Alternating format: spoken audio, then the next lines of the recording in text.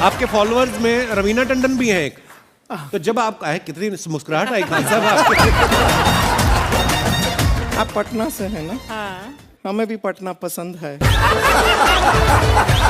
जी आपके पीछे पड़ा कोई क्रेजी फैन ऐसा? आजकल के फैंस जैसे।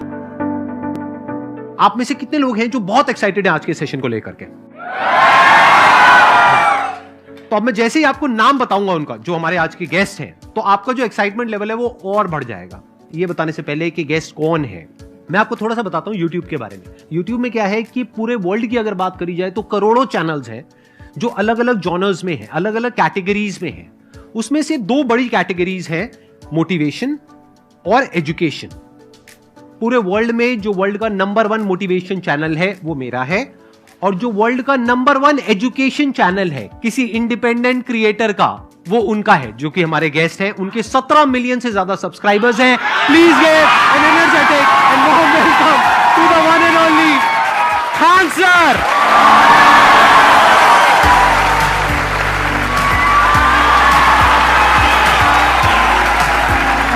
क्या हाल चाल जी, कैसे हैं आप?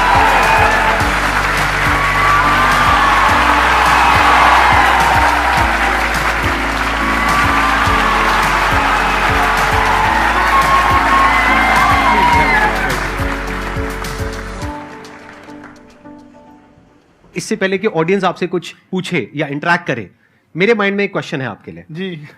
जो बच्चे हैं वो आपके इतने दीवाने क्यों हैं, इतने पागल क्यों हैं आपके पीछे? मतलब मेरे कमेंट सेक्शन में भरा पड़ा था, खान सर कब आएंगे, खान सर कब आएंगे। मतलब ऐसा क्या जादू कर दिया आपने बच्चों के ऊपर?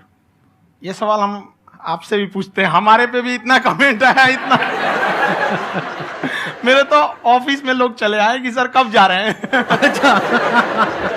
क्योंकि हम लोग का तो एग्जैक्ट है, वही पढ़ाना है। हाँ। तो देखिए, हम लोग का मेन है कि बच्चों को जो जरूरत रहती है कि अगर लड़का पढ़ने आया रहा ना, उसके मन में कोई डाउट ना रह जाए। हम उसको कहते हैं कि हम तुम्हें पढ़ा रहे हैं, दम है तो भूल के दिखाओ, याद करके नहीं।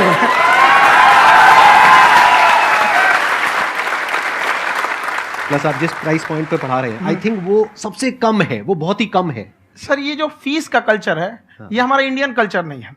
हमारा इंडियन कल्चर गुरु दक्षिणा है, उस हिसाब से वो सही है। ऑक्सीजन जैसे जिंदगी के लिए जरूरी है, वैसे एजुकेशन जरूरी है। कोई ये नहीं कह सकता है कि पैसे की वजह से वो खान सर के यहाँ से लौट गया। क्या बात है।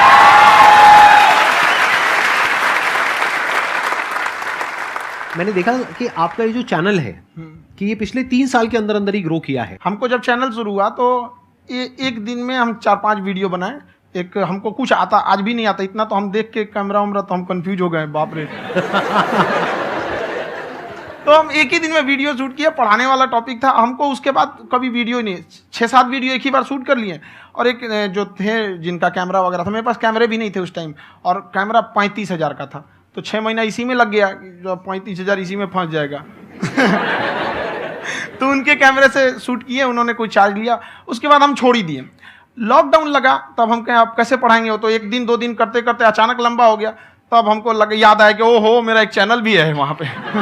तो उस समय उस पर लगभग 30,000 सब्सक्राइबर हो चुके थे। तो जैसे लॉकडाउन लगा तो उस पर पढ़ाना चालू किया, और पता नहीं क्या लोगों को पढ़ाई में इतना इंटरेस्ट आ गया कि आपका स्टाइल ऐसा है थोड़ा सा, आप आई थिंक पढ़ाई के साथ साथ में जो बीच बीच में आप थोड़ा बहुत छोड़ते रहते हैं ना, मतलब जो जो एंटरटेनमेंट चलता रहता है। ये बात हम देखिए, जब हम गुलाम थे ना, तो अंग्रेजों ने एक चाल चला था कि भारत को हम फिजिकली गुलाम रखेंगे 100-200 साल, मेंटली 1000 साल कर देंगे। उन्होंने पढ़ाई का मॉडल चेंज कर दिया। उन्होंने ऐसा डिजाइन किया कि ये टीचर की रिस्पॉन्सिबिलिटी है, वो पढ़ा के चला जाए। टीचर की रिस्पॉन्सिबिलिटी यहां खत्म नहीं हो जाती। पढ़ाना तो कोई भी पढ़ा सकता है, टीचर की इससे बड़ी रिस्पॉन्सिबिलिटी होती है उसे समझाना। वो समझा कि नहीं समझा। अगर लड़का आपके समझाने के बाद डाउट रह गया तो ये आपकी गलती है। लड़का हमसे पूछता है, सर इतनी भीड़ है आपके पास, तो कहे सर डाउट कैसे पूछेंगे? हम कह रहे यार, तुम्हारा डाउट बचेगा तब ना पूछेगा तुम डाउट यहाँ पे।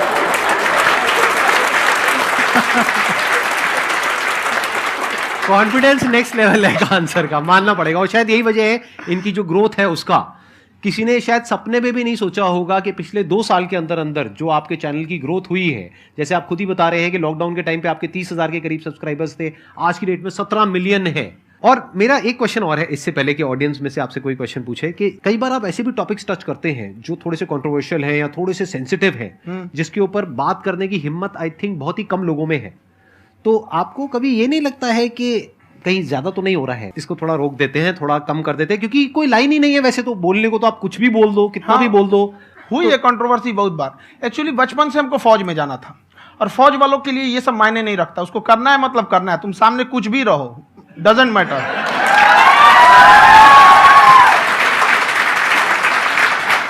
और मैंने YouTube पे देखा कुछ वीडियोस में कि आपका जो इंस्टीट्यूट है वहां पर आज से कुछ साल पहले कुछ बम गिरे थे। हाँ, कुछ गिरे थे, कुछ तो बहुत सॉलिड जगह गिरा था, फटा नहीं वो। मतलब आपके आसपास? हाँ, बम को भी पता है कि टीचर की इज्जत किया जाता है। क्या बात है, क्या बात है। मैं समझ पा रहा हूं कि ये आपके अंदर जो एटीट्यूड है ये कहां से आ रहा है, क्योंकि आप बचपन से ही फौज में जाना चाहते थे, तो आप जंग के मैदान में ही खड़े हैं एक तरीके से। बस फर्क ये है कि आपके हाथ में कलम है, हथियार ना हो करके। हथियार से एक आदमी की जान जा सकती है, हाँ। कलम से बहुत ताकत होता है। शिक्षा एक ऐसा हथियार है ना, हर कुरीतियों से लड़ सकता है, हर तरह की समस्याओं से, और ये एक ऐसा हथियार है, मेटल डिटेक्टर में भी नहीं पकड़ाता है।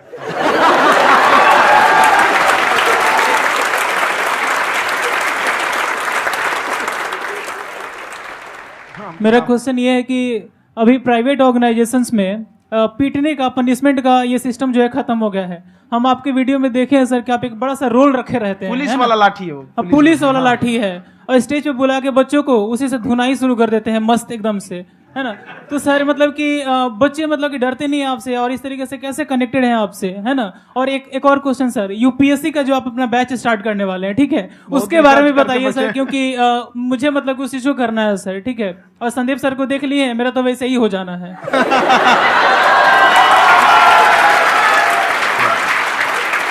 क्या हो जाना है? मेरा पूरा कंप्लीट करो। I'll be an IAS officer next year because I have seen you, sir. My day is like complete, sir. All the best. Thank you so much, sir. Thank you. पूरा बोला करो। Thank you. देखिए, लड़कों को जहां तक पीटने की बात है, जब पढ़ाने की बात आएगी तो उसको हम पूरे बेहतरीन ढंग से पढ़ाएंगे, लेकिन जब सजा देने की बात आएगी ना, तो वो भी बेहतरीन ढंग से होगा। ऐसा थोड़ी होगा कि बस एक ही चीज बेहतरीन ढंग से होगा। और डर का होना बहुत जरूरी है। ये डर भी अपने आप में एक मोटिवेशन है, क्योंकि जब आपके अंदर एक थोड़ा सा डर रहे ना, तो डर के भागिए मत। एक ऐसा डर जिसको आप लगे कि नहीं नहीं थोड़ा सा और करने की जरूरत है, फिर तो ये हम इसको क्रॉस कर जाएंगे आप। तो लड़कों के अंदर ये डर बनाना भी जरूरी रहता है। और रही बात यूपीएससी वाले की, जो आपने बोला, बहुत सारे लड़के वेट कर रहे हैं यूपीएससी की, क्योंकि 2-2.5 लाख फीस सारे लोग एफोर्ड नहीं कर सकते। और हमारा वही रहता है, हम तो ज्यादातर हमारे स्टूडेंट देखेंगे तो किसी के रिक्शा वाला, सब्जी वाला, यही लोग, इनको तो 2.5 लाख रुपया, इनके पास पूरी संपत्ति नहीं होती है, फीस कहाँ से भरेंगे वहां पे, उसके बाद रहेंगे कहाँ से। तो ऑल ओवर इंडिया से, कश्मीर से कन्याकुमारी तक, गरीब से गरीब भी लड़का उसको पढ़ सकता है। यही कुछ 1000 रुपये मंथली, 12-14 हजार साल का पड़ेगा, खत्म हो जाएगा, इतना नहीं।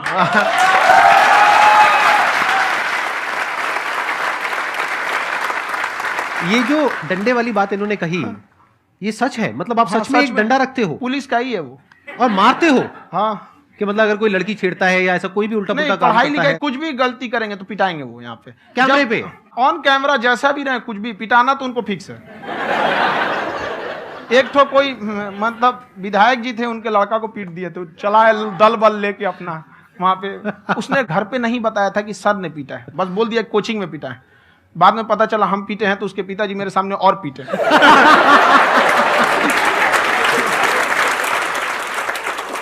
सर, आपका सबसे बड़ा डर क्या है, आप दोनों का? फौजी को डरे नहीं लगता है, बाकी अब सर से पूछिए। आज के सेशन से पहले कोई डर नहीं था, लेकिन अब मुझे इनकी डंडे वाली कहानियां सुन करके डर लग रहा है कि कहीं मैंने गलती से कुछ बोल दिया और इन्होंने कहीं पीछे कुछ रखा हुआ है, और यहीं आ करके अगर इन्होंने मेरी पिटाई कर दी तो बहुत बुरा हो जाएगा। तो इसलिए हमको थोड़ा डर लग रहा है।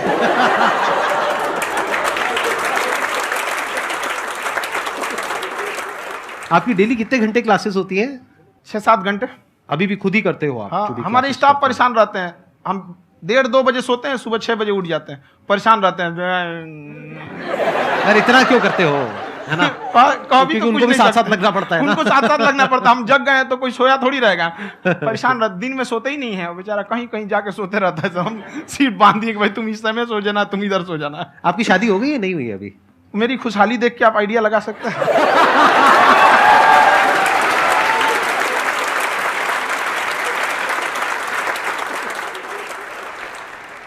First of all I would like to say sir thank you so much to you and to your team कि आपने मुझे यहाँ आने का मौका दिया। एंड सर अब तक मैंने आपको सिर्फ फ़ोन या लैपटॉप में ही देखा है दोनों को, आज फर्स्ट टाइम लाइव देख रही हूँ तो बहुत अच्छा लग रहा है। तो मेरा क्वेश्चन ये है सर आपसे, जब हम लाइफ में कोई डिसीज़न लेते हैं कि हमें ये पर्टिकुलर चीज़ करनी है, और क्योंकि हम डिसीज़न लेते हैं तो हमारी आदत है कि पहले हम 4 लोगों से पूछते हैं कि तू बता तेरी क्या राय है, तू बता तेरी क्या राय है। तो उनमें से अगर कोई हमें कह देता है कि ये बेकार डिसीज़न है मत कर, तो हमारा माइंड कहीं ना कहीं डाइवर्ट होने लगता है और उसकी वजह से हम अपना डिसीज़न चेंज कर देते हैं। तो मेरा क्वेश्चन ये है कि कैसे हम अपने डिसीज़न पे स्टिक रहे, कैसे हम जो दूसरे के ओपिनियन है उनको अफेक्ट ना होने दें अपने ऊपर। दूसरे से सलाह लेने से पहले एक बार खुद उस पर रिसर्च कर लेना चाहिए, ताकि आप सामने वाला क्या सलाह दे रहा है आपको समझ में आना चाहिए। यहाँ पर ऐसा नहीं है कि कई बार ऐसे होते हैं कि दूसरे वाले को एक्सपीरियंस होता है, तो अगर आपको पहले से आइडिया है, उसके बारे में आप बेहतरीन ढंग से रिसर्च किए हैं कि क्या इसमें प्लस पॉइंट है क्या निगेटिव है, उसके बाद आप किसी से सलाह लेने जाइए। ये नहीं कि मन में आया सीधा बता गड़बड़ा जाएगा। तो वहाँ पे पहले आपको R&D करना पड़ता है, समझ में आया कि नहीं। और जिंदगी हो या गाड़ी, जीतेगा वही जो टाइम पे गियर चेंज कर रहा है। तो डिसीजन चेंज करना बहुत ज़्यादा गलत नहीं है। इन्होंने बहुत अच्छी बात कही है और मैं इसी बात में थोड़ा सा और ऐड ऑन करूंगा कि ये जो आपने कहा ना कि अपने डिसीजन पे स्टिक कैसे रहें, ये कोई अच्छी क्वालिटी नहीं है, क्योंकि टाइम टू टाइम आपको अपने डिसीजंस को चेंज करना होता है। जैसे आपने 4 लोगों से डिस्कस किया, कोई इंसान कुछ पॉजिटिव बोल रहा है, कोई नेगेटिव बोल रहा है, उससे फर्क नहीं पड़ना चाहिए। डिपेंड ये करता है कि वो जो बोल रहा है उसका बेसिस क्या है, क्या वो किसी नॉलेज या एक्सपीरियंस के बेस पे बोल रहा है या ऐसे ही कुछ भी बोल रहा है। ऐसे ही बोल रहा है तो फिर उसकी बात पे ध्यान क्यों दे रहे हो। अगर किसी नॉलेज या एक्सपीरियंस के बेस पे बोल रहा है, फिर चाहे वो पॉजिटिव बोल रहा है चाहे नेगेटिव बोल रहा है, दोनों ही मायने रखता है। उसके बाद में रिसर्च करनी है और फिर रिसर्च करने के बाद में फाइनल डिसीजन अपना खुद का होना चाहिए। अब वो डिसीजन उससे अलग भी हो सकता है जो आपने पहले लिया था, और वो सेम भी हो सकता है। सर मेरा क्वेश्चन दोनों से है आपसे, how to deal procrastination and laziness. हमारा ब्रेन है ना, ये बहुत आलसी टाइप का, इसको आराम खोजना पसंद है। अब थोड़ा सा भी अब इसको आराम की ओर लेके चलेगा ना तो फिर उधर ही रहेगा। आप सोचेंगे 10 मिनट आराम कर लेते हैं ना, तो 10 मिनट 2 घंटा बना देगा। उसको टॉर्चर कीजिए, चल 10 मिनट बाद में। उसको आप उस पर हावी मत, वो कह रहा है कि हमको आराम चाहिए, आपको हाँ आराम मिलेगा, पहले काम फिर मिलेगा आराम। तो आप उसके हिसाब से मत चल। आपका मन कर रहा है थोड़ा सा देख लेते हैं, कोई नोटिफिकेशन आया, आप कोई काम कर रहे हैं, क्यों पहले काम कर लीजिए, बाद में देखिएगा ना नोटिफिकेशन।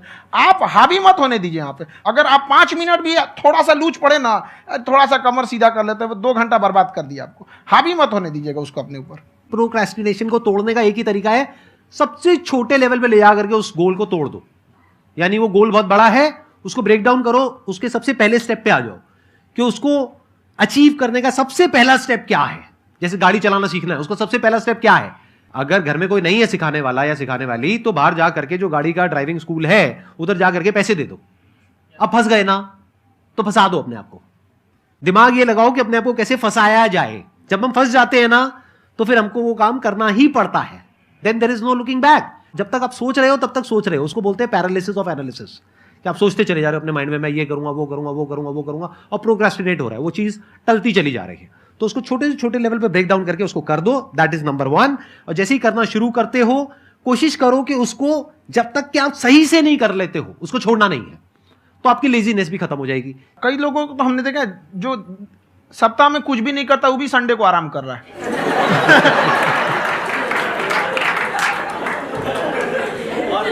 वैसे कहा भी जाता है कि अगर कोई काम आपको करवाना है ना, तो ऐसे किसी इंसान को दो जो बिजी है। हाँ। ऐसे आदमी को मत दो जो खाली है। ये परफेक्ट एग्जाम। किसी को भी आप देखिएगा जिसको आप कहते हैं कि मतलब थोड़ा ठीक ठाक आप समझते हैं कि नहीं ये बहुत आगे निकल, वो एक काम को खत्म करने के बाद कभी आराम नहीं करेगा। एक काम खत्म हुआ उसको लगेगा हाँ एक खत्म हो गया, अब दूसरा करना चाहिए। और वही जिसको देखिएगा एक खत्म हो गया और आराम करना चाहिए, कभी नहीं, लाइफ में आखिरी सांस तक। सर यहाँ पे सब हिंदी में पूछते हैं, इंग्लिश में पूछते हैं, मैं भोजपुरी में पूछूं? जौन भाषा ठीक लगे तोने में पूछ दो। हाँ सर।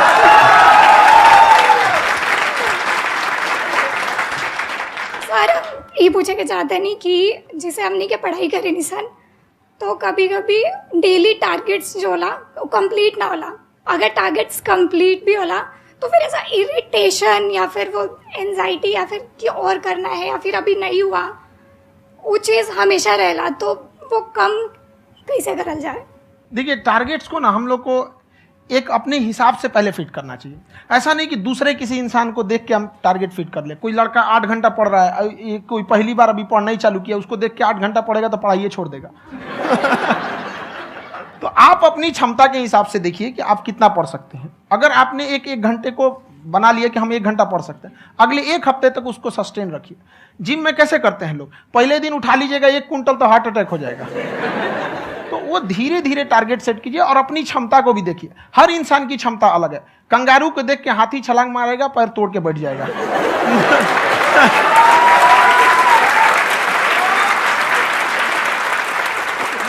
अब संदीप सर का मोटिवेशन देख के इसका मतलब क्या कि ट्रेन के आगे खड़ा हो जाएंगे, ढकेल देंगे तुमको। हालांकि ऐसा कर देते हैं, लेकिन ऐसा करिएगा लोग नहीं, क्षमता पता होना चाहिए। आपके अंदर एंजाइटी हो रही है कि मैंने कर तो लिया है। आप ये नहीं कह रहे कि मैंने कुछ भी नहीं किया है फिर मेरे को एंजाइटी हो रही है। आप ये कह रहे हो मैंने काफी कुछ कर लिया है फिर भी एंजाइटी हो रही है कि कहीं कुछ छूट तो नहीं गया है। तो बेसिकली आपको ये देखना है कि अगर आपके अंदर ये एंजाइटी हो रही है, that means you are a very good student. आप एक अच्छे स्टूडेंट हो। क्यों? क्योंकि बहुत सारे स्टूडेंट्स तो ऐसे हैं उनको पढ़ने के नाम से एंजाइटी होती है। तो आपको एंजाइटी हो रही है कि मैंने पढ़ लिया। दिन में मानो 8 घंटे का आपने टारगेट सेट किया और 6 घंटे पढ़ लिया, या मान लो 8 घंटे भी पढ़ लिया, फिर भी एंजाइटी हो रही है कि मैंने 10 घंटे नहीं पढ़ा। तो ये तो अच्छी क्वालिटी है ना, ये तो एक ब्रिलियंट स्टूडेंट की क्वालिटी है। क्योंकि एंजाइटी उसी को होती है जो केयर करता है, जिसको परवाह है, उसी की तो एंजाइटी होती है। जैसे माँ को अपने बच्चे की, जैसे एक माँ को अपने बच्चे को लेकर के एंजाइटी होती है। हंस लो मजाक उड़ा लो मेरा। कोई बात नहीं, एडिट कर देंगे इसको हम। हाँ।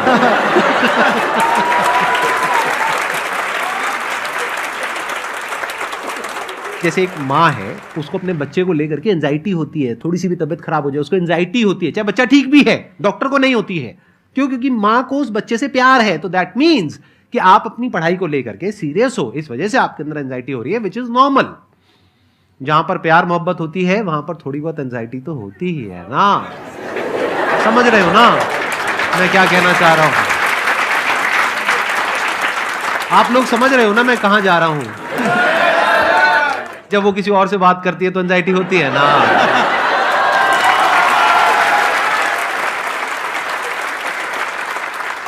सर, आपकी स्टोरी हमने सुनी थी, तो एक टाइम आया था जब आप गंगा किनारे जाके बैठ गए थे। उस समय आपको कुछ समझ नहीं आ रहा था, तो उस समय मतलब आपने ये डिसीजन कैसे लिया कि अब आगे नहीं, यहाँ से वापस जाना है? रास्ता ही नहीं था। घर जाने के लिए एटलीस्ट 90 रुपए चाहिए थे, जेब में 40 रुपए थे। कैसे घर जाते हैं? और हम गंगा के किनारे चुपचाप बैठे बैठे हम कहें कि बहुत टेंशन हो गया, अब घर जाना चाहिए। रूम पे तो किराए के रूम पे ही आदमी सारे लोग रहते। गए वहाँ पे तो रूम लॉक हो गया था। तुम खटखटाए तो ऊपर से गुस्सा से बोले जो ऑनर थे, क्या टाइम हो गया है? तुम कहीं 9-10 बज रहा होगा। घड़ी देखिए तो 2 बज रहा था रात का, 2-2:30 बज गया था वहाँ। टेंशन में आप तो होता है, कई बार ऐसा समय आएगा कि लगेगा जैसे अब कुछ नहीं हो सकता है। तो इससे घबराना नहीं है। कभी कभी गुच्छे की आखिरी चाबी भी ताला खोल देती है। जो बातें आपने बताई कि घर में प्रॉब्लम्स ये तो बहुत लोगों ने फेस करी वहां पर। आप अकेले नहीं है, बहुत लोगों ने ये प्रॉब्लम्स फेस करी, बहुत तरह की प्रॉब्लम्स देखी, बहुत तरह की स्ट्रगल्स देखी, लेकिन वो सब इतने कामयाब नहीं हो पाए जितने कि आप हुए।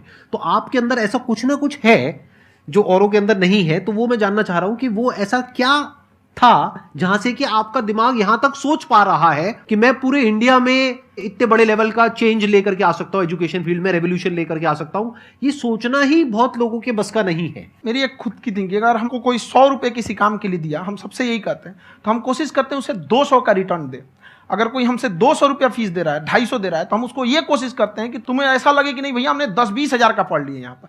वो ईमानदारी से कभी कमी नहीं। और हमेशा अगर हम प्रॉमिस X का करते हैं तो डिलीवर 4X करना चाहते हैं। ध्यान से सुनना और ध्यान से समझना इस फर्क को। अगर आप समझ पाए तो बहुत आगे जाओगे लाइफ में। एक वो होते हैं जो ये सोचते हैं कि हमें सब कुछ मिल जाए, हमें कुछ भी करना ना पड़े। दूसरी कैटेगरी होती है लोगों की जिनको जितना मिलता है उसमें भी चोरी चकारी करते हैं या कोशिश करते हैं कि उससे कम दे सामने वाले को जितना कि हमें मिल रहा है। तीसरी कैटेगरी होती है लोगों की जो इनके जैसे लोग होते हैं। वो क्या करते हैं? वो ये सोचते हैं कि अगर मैंने किसी से 1 रुपए भी लिया, देखा जाए तो 200-250 रुपए कुछ भी नहीं होता है, 200-250 रुपए अगर मैंने लिया तो कैसे उसको 400 रुपए की वैल्यू दूं। ये जो थिंकिंग है ना, यही एक फर्क होता है एक ऐसे इंसान में जो बहुत आगे निकल जाता है और उस इंसान में जो मीडियोकर रह जाता है। आप अपने आप को अपने आप के ऊपर समय दीजिए, उसको डेवलप कीजिए। जब आप अपने आप के ऊपर खर्च करते हैं तो आने वाले समय में लोग गूगल पे आपको सर्च करते हैं। क्या बात है सर, ये आपने अभी बनाया है या ये कोई पुराना आपका वो है? बनते रहता है इसे, फ्लो में बन जाता है। आपके अंदर ना सर एक कवि छुपा हुआ है कहीं ना कहीं, जो बाहर आना चाहता है। कभी ना कभी आपने सोचा होगा कुछ? हाँ, कभी कभी देखिए, एक चीज है, संगत का बहुत अच्छा असर पड़ता है। ये चीज को हमेशा, संगति का मतलब लोग हल्के में ले लेते हैं। संगति का मतलब होता है संग संग गति। तो अच्छे लोग के साथ रहेंगे तो संग संग अच्छी गति होती जाएगी, खराब में रहेंगे तो ये भी होता है। बट अपने आप को थोड़ा सोचना चाहिए कि हम केवल जी के मर जाएं इसके लिए नहीं आए हैं। लोग कहते हैं कि सर नाम क्यों नहीं बताते अपना। हमारी एक ही सोच है कि जाने के बाद इस दुनिया से हमको मतलब एक चीज देना चाहते हैं स्टूडेंट्स को, कि वो याद करें कि इस पैसे की भाग दौड़ की दुनिया में हर कोई दोनों हाथ से लूटने में लगा है, खाली हाथ जाने के लिए ये सबको लगा है। तो हर कोई को ये सोचना चाहिए कि था कोई इंसान जो इतने कम फीस में इतनी शिक्षा जो महंगी थी, जो कमाने का रास्ता था, उसको भी एकदम कंपटीशन इतना कर दिया कि अब लोगों को अपनी फीस बढ़ाने में डर लगता है कि अरे यार, लड़का कमेंट करता है कि खान सर इतना ले रहे हैं, आप बहुत बड़ा टीचर हो गए।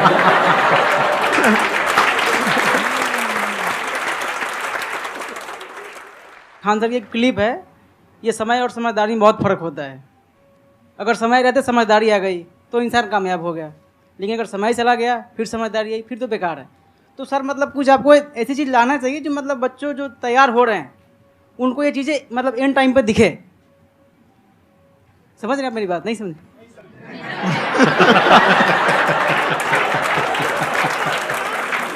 यही होता है सर का मोटिवेशन ज्यादा हो जाता है।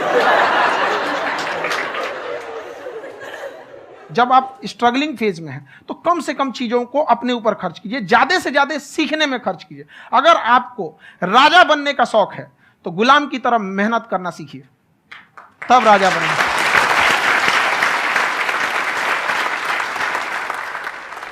ये दुख, ये दर्द, ये सब तेरे अंदर है। तू अपने बनाए इस पिंजड़े से बाहर निकल के देख, तू अपने आप में एक सिकंदर है।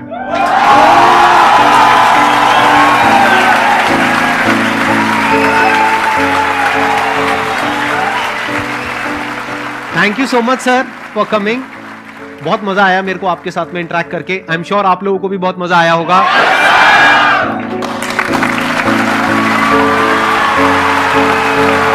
Thank you so much ji.